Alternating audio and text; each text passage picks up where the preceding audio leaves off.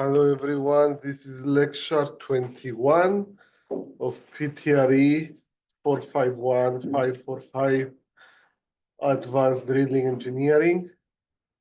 Today we'll begin with module 4, which is what I call the heart of the class. It's the most important module of this course.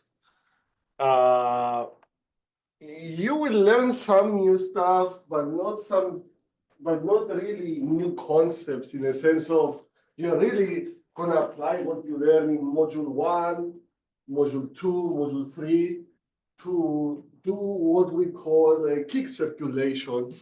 Once you got a kick and you understood that, you recognize that you got a kick and you shut in the well, now you want to circulate it out of the well. And you will need to use the YouTube model for that. As you learned in module 1, you need to consider frictional forces or dynamic pressure losses due to friction. As you learned in module 2, you need to estimate the fracture gradient, or you already know the fracture gradient from module 3, etc., etc. So this is going to be the heart of the class. Unfortunately, it looks like there will be no class next week because I need to be in Oklahoma City for the symposium. I couldn't find the cheapest flight I could. Was like leaving early on Tuesday, coming back late on Thursday. Now, if we are behind, I will record a lecture or something. I will come over the weekend and record a lecture if we see we're behind later in the month. The thing is that we have less than a month to go, or about actually exactly 1 month until the end of the classes. And so 4 weeks, and we need to do one homework that is going to be long and one project that is also going to be long. And there is another project that is due tonight. I could potentially extend it for 2 days if that's going to help. I think it's tomorrow. Not today. Huh? It's tomorrow, not today. Oh, okay, tomorrow, yeah. April 9? 9, yeah. Oh, okay, yeah. Okay, I was going to extend it to Thursday if you guys, or even Friday. Okay, not bad for me because I have, Yeah, so the email, I just saw the email. Yeah, contact Kalu. What I was going to say. Yeah, so if I extend it, there might be an overlap with the homework or something. I don't think you are ready for the homework yet. Okay. But yeah, I want to give part B of the project as soon as possible to give you more time, you know? Yeah. Since you said that one is difficult. So we need to come early so that you. Yeah, the earlier I give you part B, the better. Yeah. Because this year the project is offshore. And the way you make the kick circulation, you need to treat the marine riser separately. Okay. So you need to fill the new mat all the way up the top, and then you need to fill the riser. For the part B? Yeah, for the part B. It's offshore. It's actually Macondo. If you see the inputs, most of them are close to Macondo. What I was saying. And you said you are traveling this week or next week? Next week. So no class at all? Most likely, I will send a message, yeah. And today I will move office hours 12 to 3 again. Yeah. But it would be, yeah, most likely. I can have Hakim come over and get you guys a little bit forward or talk about well control, or I can have Kalu come over if you guys want, but we cannot really progress next week. If I need to record a lecture, it's going to happen later on towards the end of the semester. But anyway, we have a homework coming up and a second part of the project. And I will see if I can extend this. I think I can extend it even until Friday, if that's gonna help.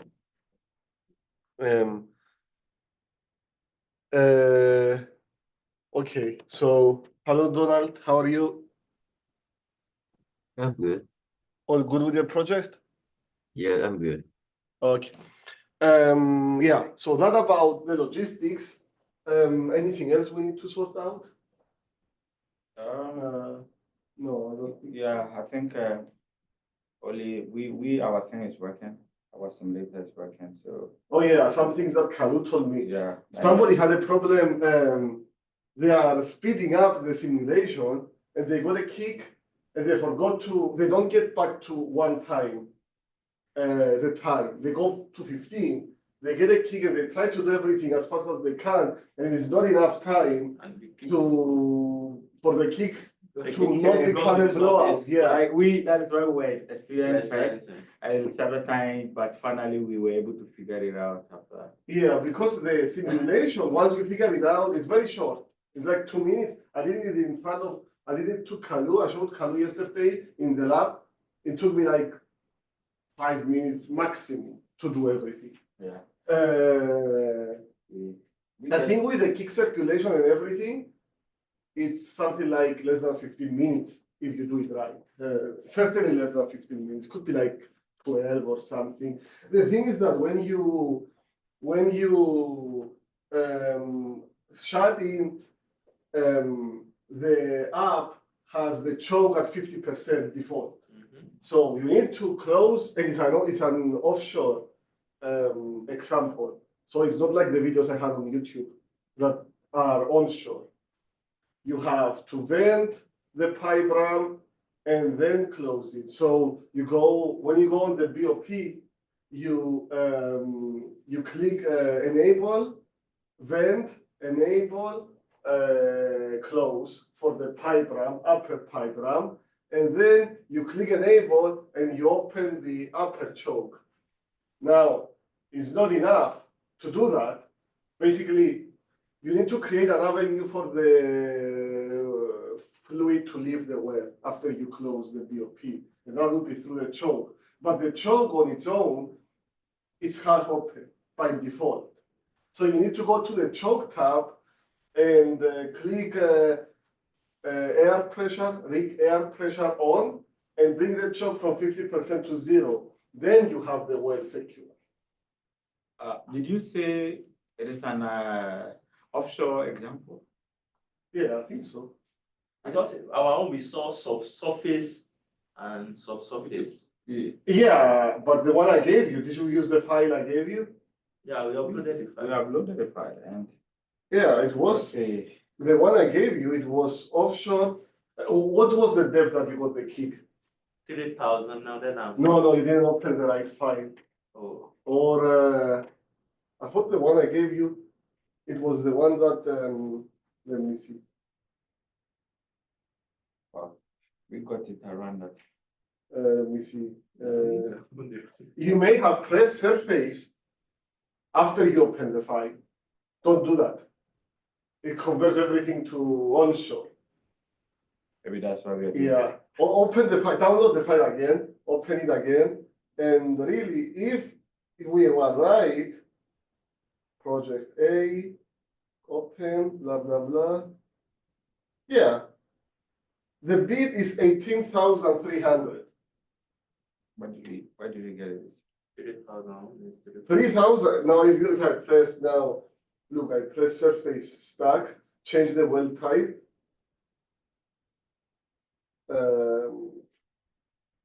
It's still 18,000, but it's onshore. The thing is that, well, if I close the app completely and I just open it, it's very hard to. It's an old app, so okay, let me close it. If you open the app on its own, the default setting is onshore.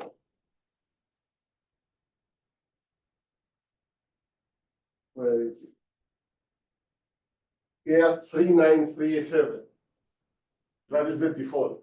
Okay. So you either didn't open the file correctly, or you overwrote the file. You open it, and then you accidentally went back to the default settings. It's possible with this app because it was excellent app when it came up in 2016. But every time the iPhone updates, there is a new operating system update. There is no update for the app, so the app is falling behind basically. It's written by a former employee of Petrobras called Carlos Mura, retired Petrobras drilling engineer or something. Must be a very smart guy. Yeah, it's not like he's not really keeping up with the operating system. When I was first teaching this class in 2023, there was a glitch in the app. Every key was like super gaseous, and it was moving. And it was moving so fast that the pressures were changing, so that even the SIDPP wasn't stabilized. It was very, very hard for the students to understand what is going on. It's not something that is impossible to happen in the real life. So I told them, okay, we figured it out.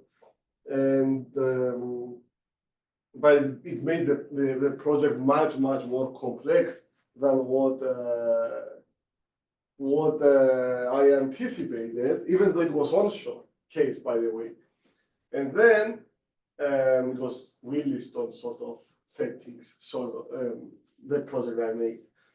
And then last year, there was an update, it became much better, the app.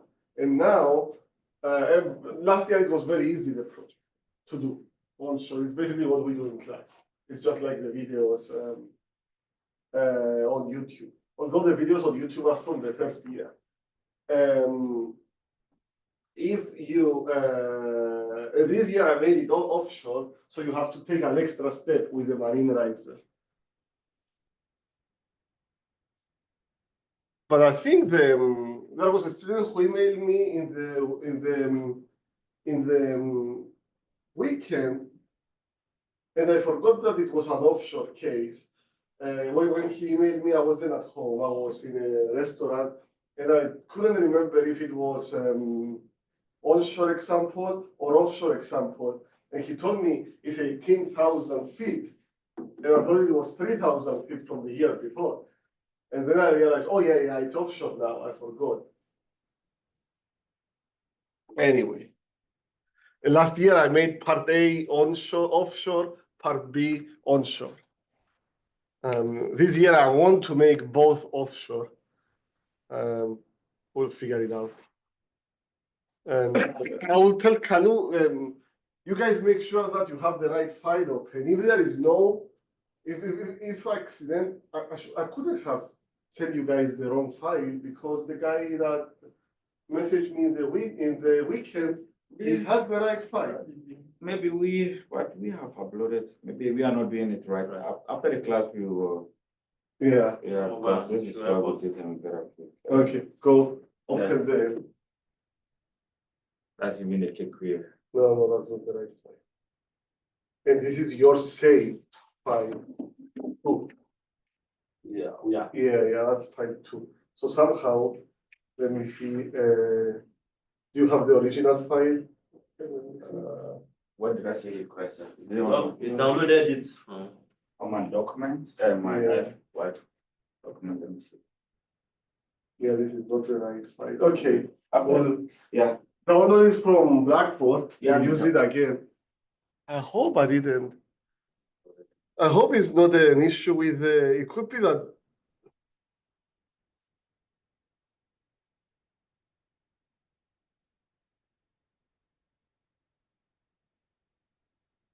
I think it's not the default of the. This is the default of the app. The 3937 is certainly the default of the app. This is what we downloaded inside our download.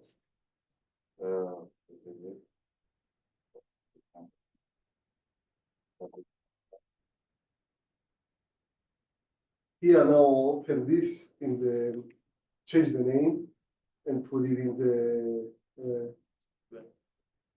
yeah. and put it in the app.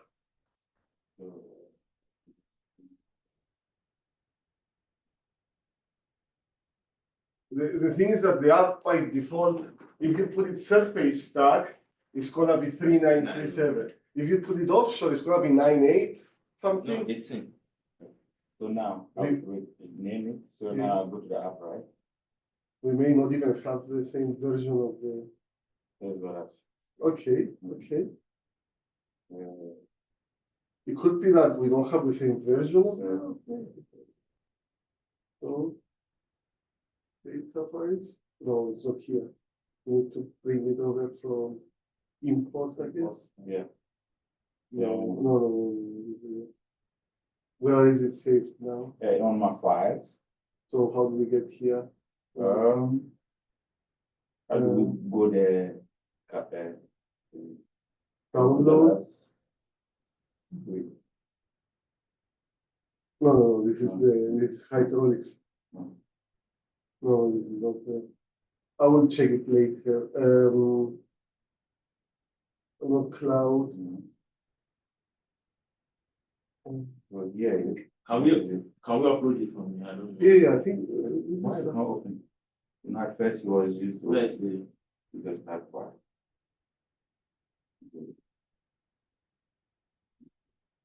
or we can go to the app and download it. No. Go to the app. Yeah, yeah. Yes, and now, Mhm. oops, sorry. Data. Where's the download? Where was it? Is it import? No. Is it Dropbox? No. Is it? Open in or if you. Hmm. Hmm. Or maybe info. Okay. iCloud Drive. Uh-huh. The, I did it once. yeah, I it think is it- not the, It's not there. it's not that. Oh, Maybe Yeah. now, but yeah. It would probably be there. yeah.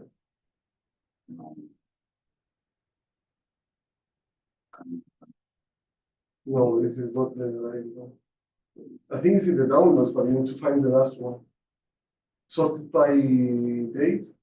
I renamed it by.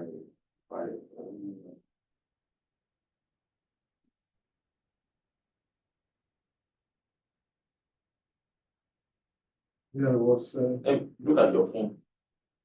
Let's go back to five. the, you need to, we're gonna sort it out. Download. Open in, upload. And then it comes. And then you don't have it here, you see. Yeah, it's the one There that we I've go. been, yeah, I've been Okay, successfully. Downloaded. okay, open now.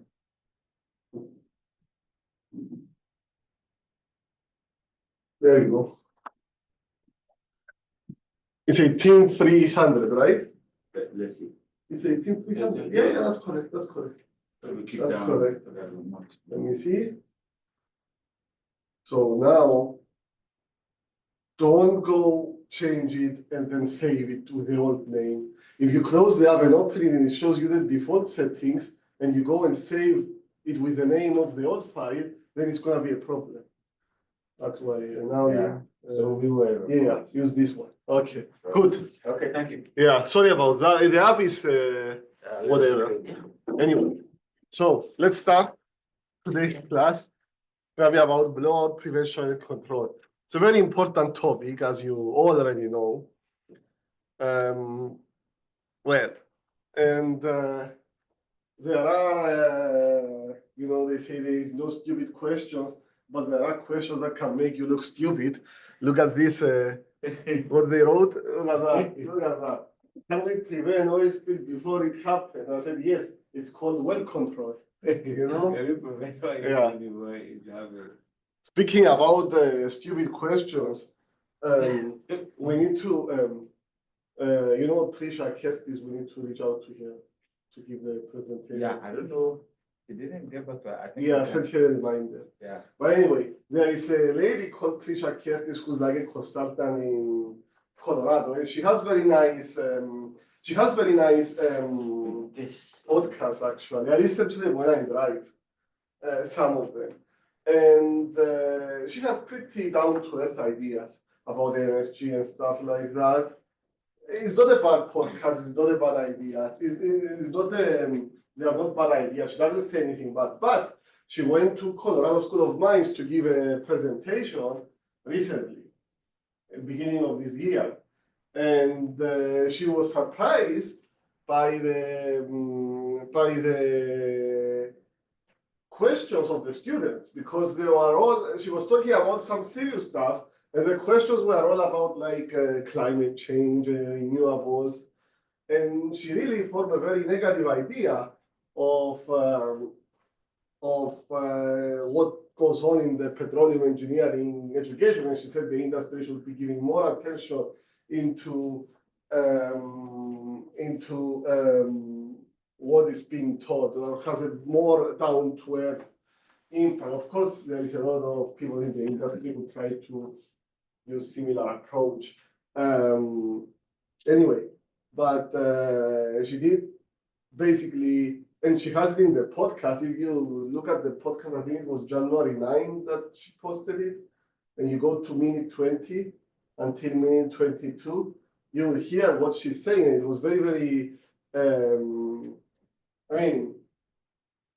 and she mentioned that in mining engineering, mining companies, the mining industry, they do endow faculty chairs and stuff, faculty positions and stuff, and they we call those endowed chair. It's not a chair. It's not a chair of a department. It's chair as a sponsor faculty position, and they basically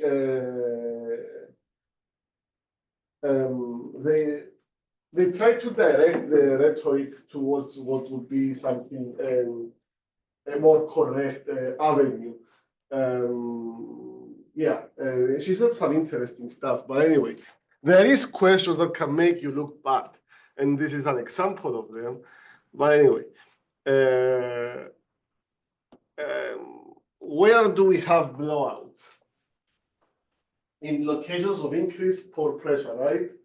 Well, this is where you drill. You want to drill in those locations because you want to get oil that will be producing by itself with the reservoirs natural power for as long as possible. So you intentionally go to these areas. You ask your geologist, where do you think there is an accumulation, a high pressure hydrocarbon accumulation? And he tells you, oh, I think there is a trap there. Go drill there. I think there is a trap there. Go there. Conventionally speaking. So you intentionally go to these high pressure regions and try to drill. We all know that there is many high pressure regions in the Gulf because of the way the sediment is being deposited in a deltaic environment. It's deposited fast, stuck on top of each other. And the fluids want to escape, but they don't escape as fast as the sediment is being stacked on top of each other. And it creates what we call disequilibrium compaction, what we learn in geomechanics as disequilibrium compaction, and it creates overpressure region. So this is something that,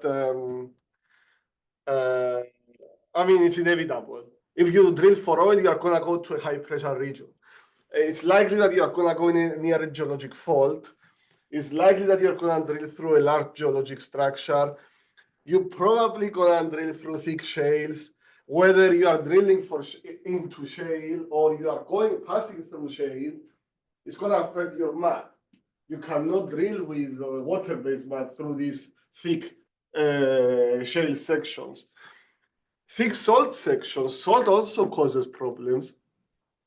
And of course, previous blowouts are indications of very high pressure region. Macondo was pressurized at 11,850 psi before the blowout. And right before the shut-in of the well, 86 days after the blowout, the pressure in the wellbore was estimated to have dropped down to 9,400 psi. So there was a significant pressure drop. Why there was a pressure drop? Because there was 86 days of primary production, basically, from that well at 50,000+ barrels a day. Like On a natural, how long does primary production years. exist? Yes. Yeah. But they wouldn't be producing this fast. Okay, yeah, because that one is very fast. That's Yeah, why. yeah, I know. So it's an open hole in the sense of you lost the liner. You lost the It's just a control to- casing. You produce Yes, through the it's just- casing up crazy speeds. They estimated that production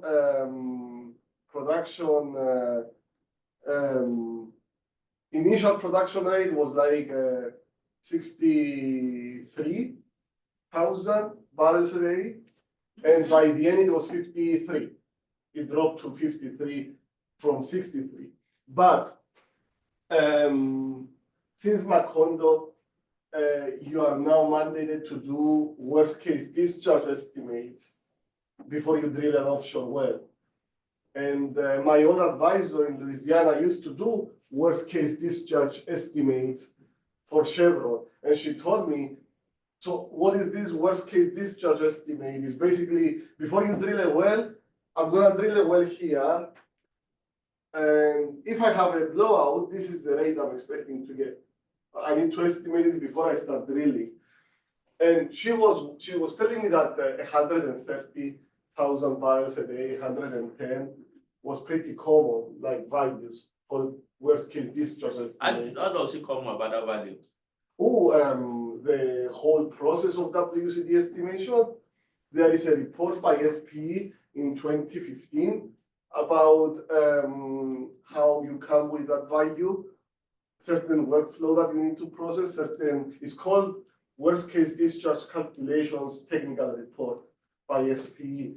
But you can do a whole research on it, you can do a whole PhD on it, because there is several factors that can affect. We had a master student from Argentina, the master's was estimating WCD using crossflow from different layers. Because you may have only a couple of layers exposed, but you may be producing from different layers through crossflow. So a lot of stuff can play a role. Obviously, you are gonna do an estimation that is as powerful as the tools that you have. But yeah, those values were very big. She was telling me 110, 130 even. It's possible. That's how strong the reservoirs are. I mean, the drives. Anyway, 2 and 2. Swap effects reduce BHP. Okay, I think you are pulling pipe out of the hole. Obviously, you reduce the BHP. It's very likely that you can make it drop below pore pressure, sometimes unintentionally, and that will get a kick. The hole must be filled with a volume of mud equivalent to the displacement at drill pipe. Modern day rigs can do that better than old rigs. And there is a push to be able to trip out of the hole as fast as possible, because tripping out takes a lot of time that you don't make a hole. You still pay for the rig, you pay for the crew, but you don't make any new hole. So you want to decrease that amount. And people try to come up with ways to enable tripping out of the hole faster. In fact, there are crews that, there are rig companies that require extra payment for the crew if you trip fast, if you use a method that lets you trip fast. Because for every personnel, other than the company man and the rig crew, when they are tripping out or they are tripping in, it's a good time, okay? They say, what's the best day of the week? And the answer is trip day. because you don't do anything. You don't make any new hole. You don't collect any samples. The tool pusher doesn't really will deal with other stuff that go on the rig. The rig crew, though, the roughnecks, they are going to be having a hard time during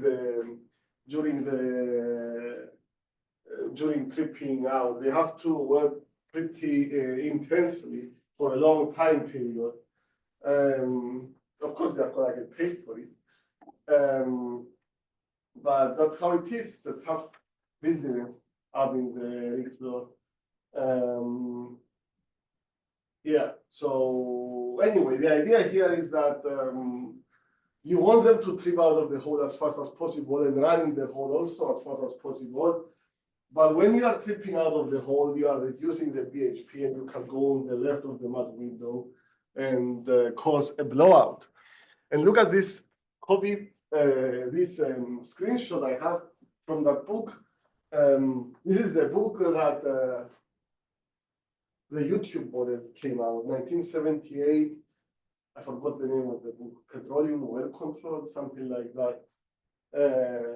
And look at what it says, kicks that occur while tripping are the fault of the driller and the tool pusher. It means that they didn't do something, they were not actively involved in that, but something they did wrong, basically. Well, the driller is the one who controls how fast you're coming out of the hole or running in the hole. But if you're running in the hole, the danger is not reducing BHP. The danger is increasing BHP to the point that you have a fracture and you don't know it and you lose fluid through those fractures. And then you reduce the amount of fluid inside the well and you get a kick. So both sides of the mud window will lead to a blowout, but the left side is going to lead you more directly to a blowout than the right side. The hole must stay full of mud during pulling out of the hole. The hole does not stop flowing between pipe stands. And then kicks via low circulation. Now we are on the right side of the mud window, okay, beyond the fracture pressure. Surge effects. When running in hole, fractures the formation at the casing shoe depth from where mud is being lost. Bolt bead can also trigger surge effects in hard rock and seldom on coastal or marine and drilling. Let me explain this a little bit. You have a bead and you wore it down so much, but you are so far down the hole that you really don't want to trip out for a new bead now. So you are drilling very, very slowly. So it might be that you can make a mistake and you are pumping too fast for the rate that you are drilling. And because you are pumping too fast, you are creating too high of a bottom hole pressure and you create a fracture. That is the idea. Let me show you a picture. So, any form of fracture initiation can induce low circulation, which subsequently triggers a kick. Look at those beads. They are worn down beads. And I found that there was a better picture on LinkedIn. I saved it, but I didn't upload it here. I don't think it was like the bead was basically smooth completely. So this bead cannot drill at the rate that a brand new version of that can, obviously. The new version, the brand new bead, if you move your hand around it too hard, you're going to cut it. So it's very, very, very sharp. This one is being worn down. Okay, so you are rotating it, and you are not drilling as fast as you are expecting to drill. So for what you are pumping, and that creates very high pressures at the bottom hole or along the lateral, and you can fracture. If you fracture, you create avenues for fluid mud to escape the well. If you escape the well, you remove mud from the well and you don't recognize it from the surface, which is very easy not to recognize. Then you lower the level of mud inside the well. It's like you are dropping you are dropping the fluid level. You are dropping the, I forgot the name of what we call the, from homework one, what did we call the? Breaking the jet. No, breaking the gel is changing the math. I forgot the, you remember we had to calculate this hypothetical depth, and sometimes it's on the surface. Okay. Hydrostatic height. No, it was fluid level, static fluid level. Static fluid level. Good. Yeah. So you drop that, and then you get a kick, basically.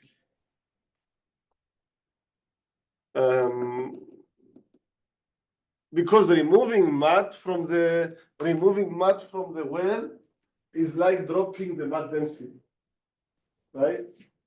The same thing. Okay. So kick detection warning signs. This is not new. You already know that. You are tested on that.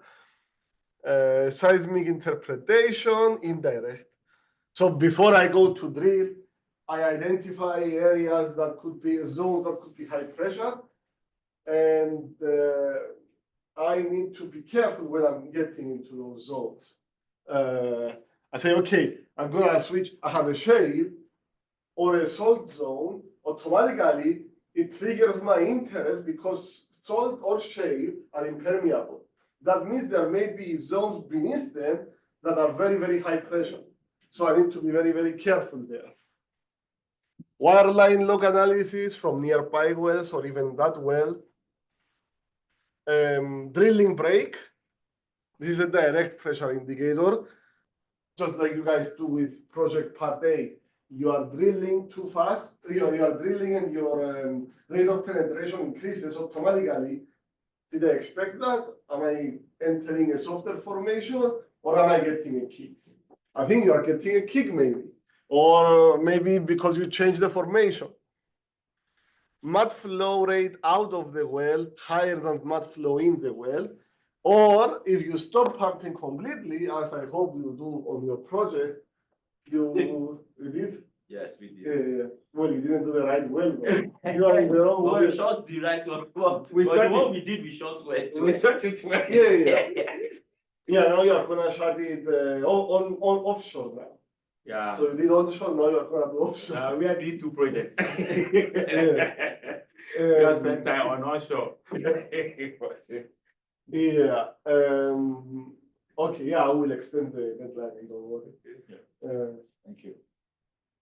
Didn't the report say Gulf of America?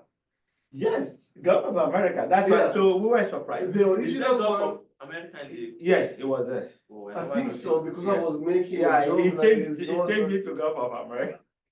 Yeah, because the first year it was Williston if it was onshore. I didn't that. Yeah, or something Gulf of Permian America. Basin or something. Yeah. I don't remember what I used the first year. Anyway, so mud flow rate, yeah, in less than mud flow out, or if mud flow in is 0, you get some positive mud flow out. We call that flow back. Not the same as flow back when we do after a frac job. Natural flow back. Pit volume increase, by the way, active pit volume in your apps for onshore wells is 200. For offshore wells is 500. This is active pit volume. Okay? So if you get a kick that is like, and the active pit volume after the kick is 536, don't tell me that you got a 536 barrel kick. Okay? Also, the deeper you drill, the more This volume increases. yeah, the more the volume increases, so more mud inside the hole regardless. And so you need to take the difference between when you got a kick versus now, just before getting the kick and then now, basically. And another thing is that. Can I quickly say something? Because Of course. from what we did, there are some data files that we look into, and there's a particular place whereby the volume of the kick is reported, the length. So I don't know, is that enough for us to just, okay, from our work, this is what we got? Do we How will you calculate it? No, this is recorded based on those stuff are based on the EOS model behind the app, Mhm. right? Because to know the density of the kick yourself from the surface, you need to know the kick is going to change density as you move up. Mhm. And the way this density is going to change is based on the equation of state that it obeys. Okay, we don't know what kind of Equation. kick we have in real life, right? In the app, you can set it up, but you don't know what EOS this guy is using. So it's So Yeah. can we say we did, if we did the calculation and then we realized that the density of the mark is actually that we got is different from what is reported inside the no, data. because Well, should it be the same, or because as we don't know what the app is used and it could be similar. The thing We- is that we didn't get something close to that. So we're thinking that probably we're not doing something right. We didn't what get- did you get? What did you get? I got it, but when we calculated the density of the cake, we got 0.66. And what was reported was 0.6. Yeah, for the example we did, You got 0.06. is 0.66. Okay, Why so they you are have- close enough. Yeah. You are close enough, but why 0.6 ppg? Yeah. No, that's too little. For this, For our onshore. not the, Still, 0 point is like nothing. like I'm thinking probably that's gas. Because you said gas is It weightless. could be gas, but it wouldn't be 0.6. I think the app doesn't let you go below 2 ppg. That's what we got. That's why we got a screenshot if you. Or maybe it's something else that you. We Yeah, not take you or not. Maybe it's the. Are you sure it's not the gravity? Specific gravity or something. Anyway, the other thing that you need to, maybe that's the mistake. Oh, After you got you a can kick, check it and see. Maybe it's. yeah, but you are in the wrong well. So that we know we are doing the right thing, so that we You are are in the wrong way. So We're using the wrong well. after you got a kick, you lifted the bit, right? Yes. We lift the bit not to touch the bottom. Okay. In the class, we ignore the volume underneath the bit when we do any calculations. But this is real life. Underneath the bit, you have a big volume that is taking the whole hole. It's not having a bit and it's only on the annulus. That will create an error that you need to account for.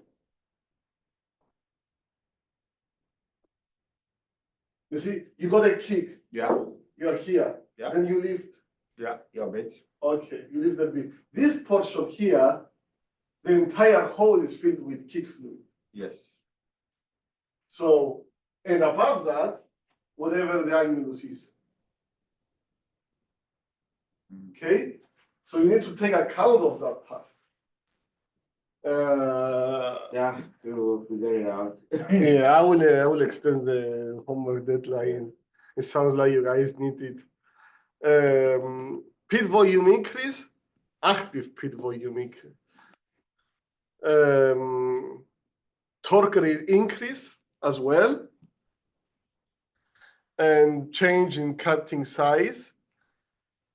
I didn't put it, but I should put the weight on the bidding decrease as well. Increasing drag and fill up connection, trip, formation gas readings. Changing the cutting size. The cutting size will increase. But it will take a while for you guys to know it because it takes 1 hour for the cuttings to make it to the surface from that depth. So, yeah. Salinity increase. Gas cutting means shows of gas in the mud. The mud logger has a pump inside not a pump, it's called a trap. I used to call it pump when they were getting mad at me. It's called trap. And it's by the possum belly, and you get the reading there. Possum belly is right after the mud comes out from the mud return line before it goes to the shakers. You go through the possum belly, and we have the trap there to get reading of the gas, because as soon as that's the first reading of gas after you leave, after the mud leaves the well, basically. How does the indirect pressure indicator? Indirect is before you Yeah, drill the yeah, well, before- or when you drill the well, looking at data from different wells, etc., etc. So the wireline logging analysis, how do you do it to detect the pressure zone? Well, you have a wireline logging from different wells, and they say this zone, zone B, is high pressure. And then I'm drilling another well there, and I'm gonna go again through this zone B. I expect to be high pressure, right? Okay. Because of the nearby So well. the nearby formation. Yeah, it's unlikely that it's gonna be in the same well because you run wireline, probably you already got to that hole, to that part. You're not gonna run wireline when you have a kick, obviously.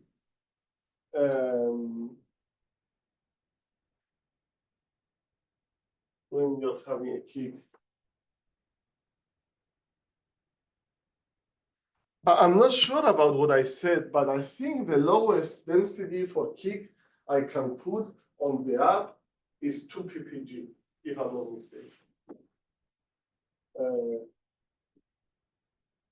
But maybe that was the case 2 years ago. I don't know if it changed now.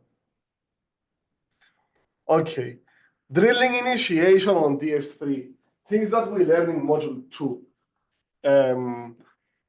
To make this as easy example as possible, I came up with a series of steps up to 15, but there will be some more this year because of the marine riser. But so like less than 20 steps that do the whole process, okay? So we learned about 4 or 5 steps already. The first one is you increase the pump rate from 0 to 100 SPM to start drilling.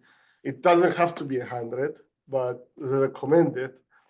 Step 2, you increase pump rotations or revolutions to 60 RPM. Step number 3, you lower the drill string, applying weight on the bit to 25 kips. That's 25,000 pound force, and turn the auto driller on. You might need to click twice on the auto driller. Yeah. Until it becomes green. Okay. And then make sure when you turn it off, you really turn it off. Be on the lookout for a kick. Then I saw a kick. I need to shut in the well. Once the kick is detected, turn the auto driller off, turn that green light off, and lift the drill string a few feet off the bottom. In the real world, the drill string is often lifted up until the first tool joint is above the BOP to ensure no tool joint is in the pipe wrap. Yes, sir. So that I don't pretend on the half. I don't know how to lift the bit up. You remove weight on the bit and you keep removing after it goes to 0. So that's the meaning of lifting. Yeah, we have been. That's how you lift it up. Oh, so We have been doing it. I don't know what That is it. Yeah, but I mean, what you did, forget about it. It was different way.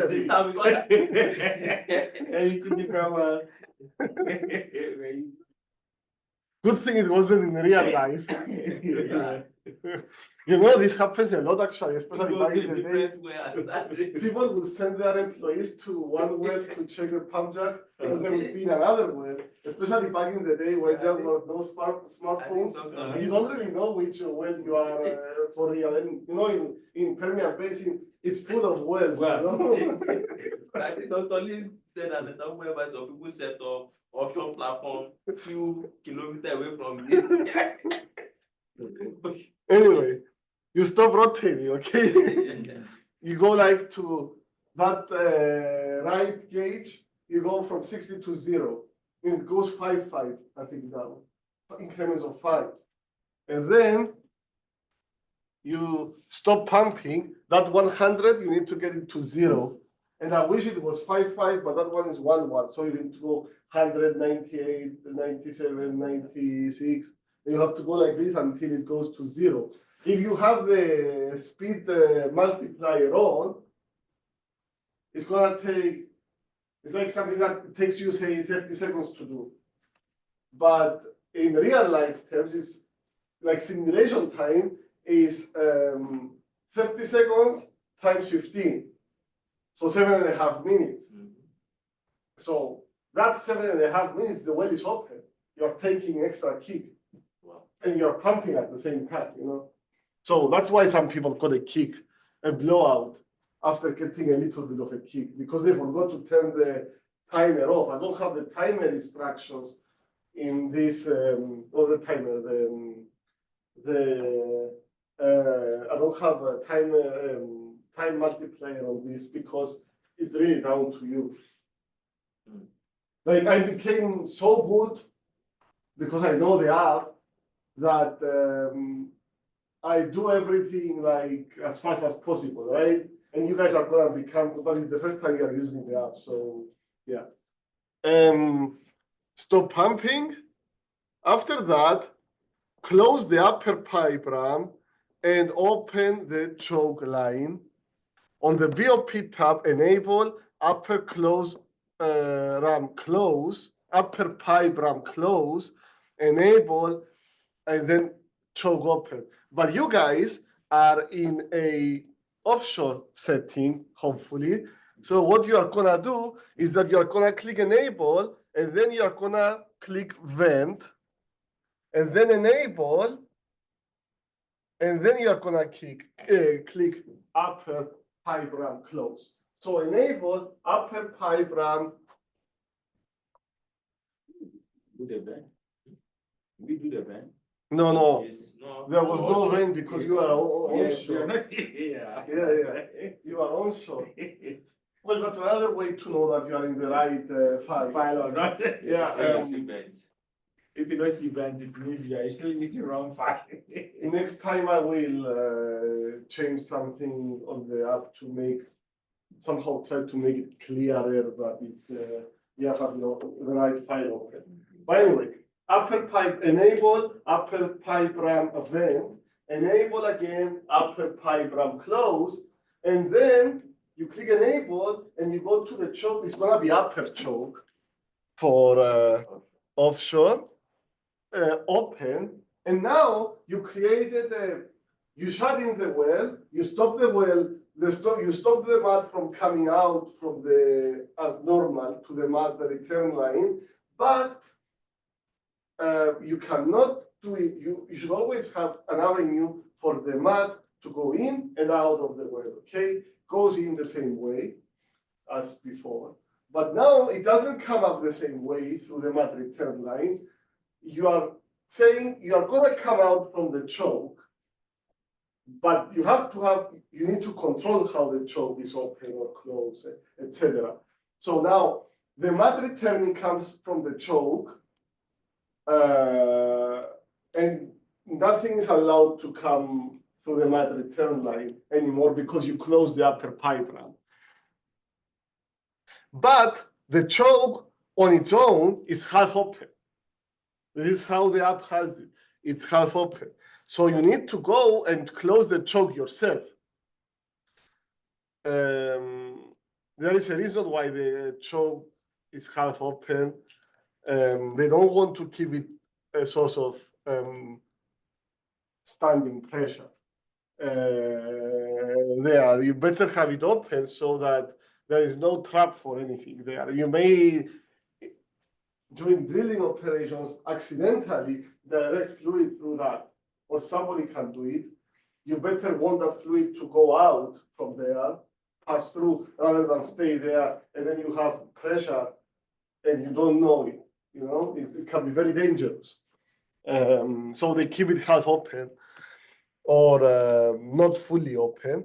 So then you go to the choke tab and you close the choke by press rig air on and then click choke control. It's 50%, go to 0 from there. Okay, that's in the choke tab. Okay, so this is step 8. By the end of this class, it will be good to have those memorized, not in precise detail, but in a specific sequence. So it's like, okay, I stop rotating, I stop pumping, I close the ram, I direct the fluid through the choke, and then I close the choke. So that in real life, when you are encountering these situations, or when you go to take a well-controlled class, you know what's the next step followed. You are not sitting there like a deer in the headlights, you know? Yeah. So this is what I'm saying, okay? You need to provide the mat with a direction of going in, and also a direction of, oops, sorry, and also a direction of leaving the well. So let me get, I will get pink color, okay? Okay. The mat goes from the mat pump, standpipe, all the way down the well using this direction. I'm moving this here so that make you guys more space. So this is how the mat goes down the well. Okay. Now coming out of the well, normally, now it's drilling operation. It comes from the annulus, right? Yeah. Annulus, and then down the flow line, atmospheric pressure, into the shale shaker. Possum belly, this kind of stuff, centrifuges. Okay, so this is normal drilling operation. But now you guys are, you have the kill line where you will inject if the well is shut in, and you have the choke line where you produce if the well is shut in, but we're gonna see that now. Now, you shut in the well, okay? So what you want to do is you want to keep it being able to flow in the well as normal, but when coming back up, when coming back up in the annulus, this is closed. This is closed. You don't allow it to move further up. Okay, you have an obstacle there. You don't allow the mat coming back up to go through the upper pipe ram. Okay, so now the only way is you need to open it the direction to go through the choke, like this, right? But the choke is half open. So if you keep it like that, the choke is half open, you still lose mat. So the flow back continues. You are not pumping in, but the kick is still pushing mud out of your well. You need to make sure that that choke is closed so that your well is fully shut in. Because yes, you redirected through the choke, but the well is still open because the choke is half open by default. Okay, close the choke to 0, and now you are good. But an easy mistake you can make is this. Look at that. What is the problem here? You close the choke, so now No. The choke is closed. the choke is closed, so now. The choke is closed as it was before, Yeah. here, during normal drilling operation. Do you know what is the problem with this picture? The Donald, do you know what is the problem with this picture?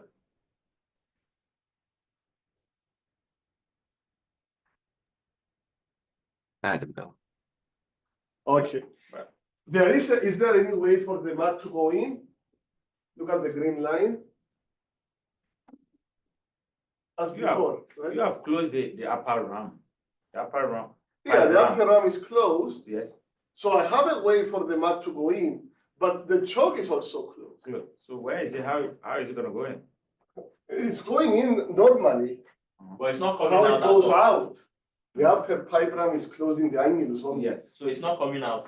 It's not, you didn't give it an avenue to go, to come out. So if you now start pumping, you're just gonna increase the pressure inside the well. You can only pump down the well, you cannot pump out, and you're gonna get underground blowout. You can only increase the pressure, you cannot reduce the pressure, right? You cannot circulate. Out. Yeah, you're only pumping in. Look here, goes in, comes out.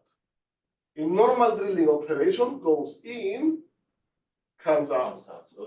Okay. Okay, here it comes out as I like, as I have the choke open, etc. But on the right picture, very right picture, I go in, I don't have any way to come out. Even if the choke is open, the choke line is closed. The line is this. Yeah, exactly. The choke is manifold. When we say go from 50% to 0, you manipulate the manifold. The choke manifold goes to 0. It's the manifold is that thing that you rotate to close. Yeah. Okay, so this is what we are trying to do now. Say to the mat, stop coming out from the mat return line. We are not drilling anymore. I want you to come out from the choke line. And then the choke line is, the choke manifold is half open, and you make it go to 0. So it's like, okay, for now, the well is shut in. I don't let any mat go in, any mat go out, and I'm trying to figure out what happened. Okay. Slight differences for you guys that you are offshore. Yeah, don't do that. Now, after the well is shut in, what are you gonna do? You're gonna observe and record changes in SIDPP and SICP with time. Also, you are gonna observe the pit gain volume. Once the SIDPP stabilizes, record that value, SICP and open gain volume at that point. Okay, so you have 3 values you are gonna be looking at different time periods. You ask somebody from the rig to tell you the time,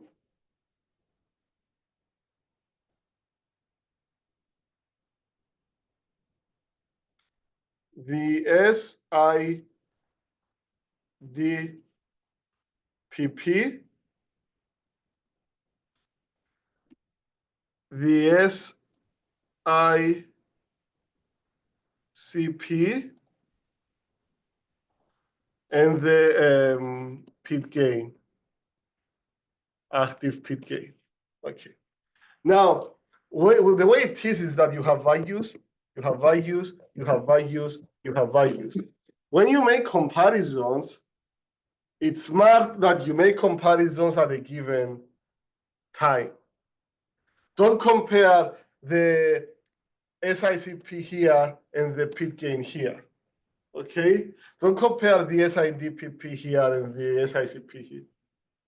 Compare them at the same time. This is especially good if you have a situation where things are changing. This, you expect it to stabilize at some point, okay? It's not a guarantee that it will stabilize. If it doesn't stabilize, it means that the king is moving, it's coming up. I wanted to ask that question because I noticed that the one we did, I noticed the position of the kick, but later I started seeing it was Yeah. Because it was very light. I don't know if it was light enough to be 0.6 ppg, but if it was like 2 or 3 ppg and the mud is 9.6, I mean, you are really, it's like a balloon coming up. And it's coming up, it's bringing pressure from the reservoir up with it. So it's not good. In that case, you need to be observing the SICP. If it goes above a certain value that we're going to talk about, it's going to cause underground blowout. So you need to be looking at. Yes, the well is shut in, but you are not that safe. Because that's when you wish you had a very low, very deep casing shoot there. because as it's coming up, the SICP increases. And if the SICP overcomes a threshold called MASP, maximum allowable annular surface pressure, you get a kick. You get an underground blowout, fracture of the casing shoe. That MASP depends on the casing shoe depth. The deeper the casing shoe depth is, the higher the MASP value. So the higher the SICP needs to be to get a blowout. That's going to be the homework 5. You're going to make a spreadsheet that shows the kick moving from the bottom of the well up and how does the SICP changes. Now, SIDPP, you don't expect it to change at some point. It will stabilize and stay there, but in real life and sometimes in the simulator, it doesn't. This is because if the kick is moving very fast, it also pushes behind it as well. So through the, that's why you get SIDPP changes too. So, and as it's moving up, as the kick is moving up, it loses pressure slowly, not tremendously, but as it's losing pressure, it gets taller and taller and taller. What happens to the pit gain? It increases. So you get these last 2 rows increasing as the kick is moving, and hopefully the second row to be stabilized at some point. It would be a good idea to have a stabilized SIDPP value, but it's not always the case. You may not be very lucky. That's why I'm saying compare only along a row. Like same time, this SIDPP, this SICP, this pit gain. Okay, but it needs to be once the SIDPP has stabilized, or once it has, if it hasn't stabilized, you need to be looking at the point where it is more at the point where it's moving, it's changing at a constant rate. And there is a reason for that. That's because at that point, that's when it would have stabilized if it wasn't very, very light. That's when it would have stayed stationary. So it's moving at a constant rate because it's moving because it's very light compared to the mud it's immersed in. Okay, but it's how do you say it? Nice. How do you say it correctly? It's if it was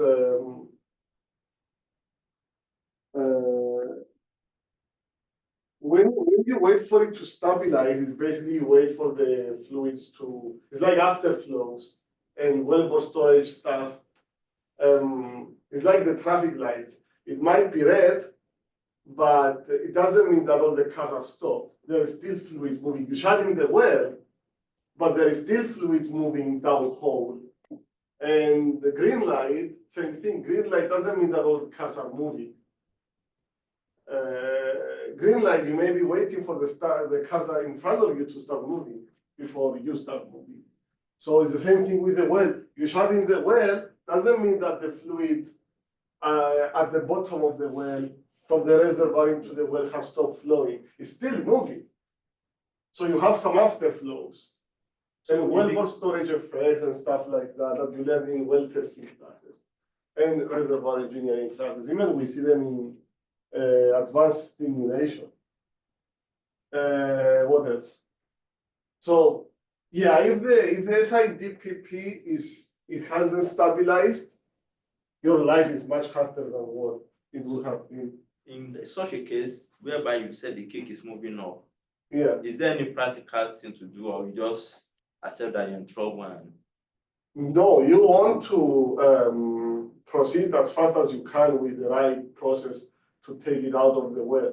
So once you see the SICP rising, it's basically the kick circulation started before you started. Okay, so it's rushing. you need to be looking at the SICP. When the SICP approaches mass, you need to be aware and open the choke a little bit to bleed off pressure. Okay. Yeah. So you are gonna be doing that for kick circulation regardless, but this time the kick circulation started before you, and it's like forcing you. It's like you cannot be sitting there on the doghouse saying jokes. You need to be aware of what is going on. And the driller normally controls the choke, and he should know. The driller is an experienced guy. He should know, hey, I'm approaching mass. Let me open the choke to drop the SICP. The SICP is approaching mass. Generally, three quantities can be estimated. The FPP, and with it comes the kill mud weight. This is what I want you to estimate in part A of the project. The kick column height in the annulus, I also want you to estimate that. And I don't want you to give it to me from the app. I want you to calculate it. And then the kick fluid density. Yeah, to calculate, not Yeah. from the app. These are not the same. I want you to understand the difference. FPP and kick fluid density is very different, okay? FPP, you can have gas at very high pressure. The density of the gas is very low.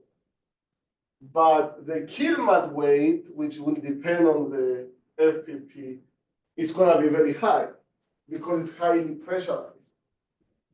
Okay, the kill mud weight, KWM or KMW, it has to do with the pressure of the kick. The pressure of the formation you are drilling, so the kick formation, the formation that gave you a kick. It would be higher than your current mud weight. Okay, but the density of the kick fluid is completely independent. It has to do with what kind of fluid it is. It can be gas, it can be water, it can be oil, it can be hypothetically mercury, which is very, very high density. Okay. So in your case, I believe your kick is gas. Yes. So if you will expect to see a very low kick density, but what kind of kill mud weight do you expect to get? Where did we get? I think we got 10 point something. Yeah, I think 10 point something. 10.8, which is the default value. That's what I found. That's what I have in the app, right? In the videos as well, 10.80. For the key, Yeah, but that's what the default of the. that means we did it right. No, you did the default settings of the app. Yeah, on the, yes, right, for the Yeah. default, that's. It's like the video I have on YouTube is with the default settings. It's 10.8 ppg. Yeah, that's what we got. We got 10.8. 10.7. Yeah, 10.75. But did you get it or did you see it wrong? 10.769. Yeah. That's wrong. That's wrong because it's not the right well. But did you get it because you are because you got the value from the app, or did you get it because you calculated it from the SIPP? Yeah, this is how I calculated it. I said the formation for prayer at the point at which we got the kick. I added at the drip pipe section, I added the short in drip pipe pressure plus. Well, what is the short drip pipe? 240.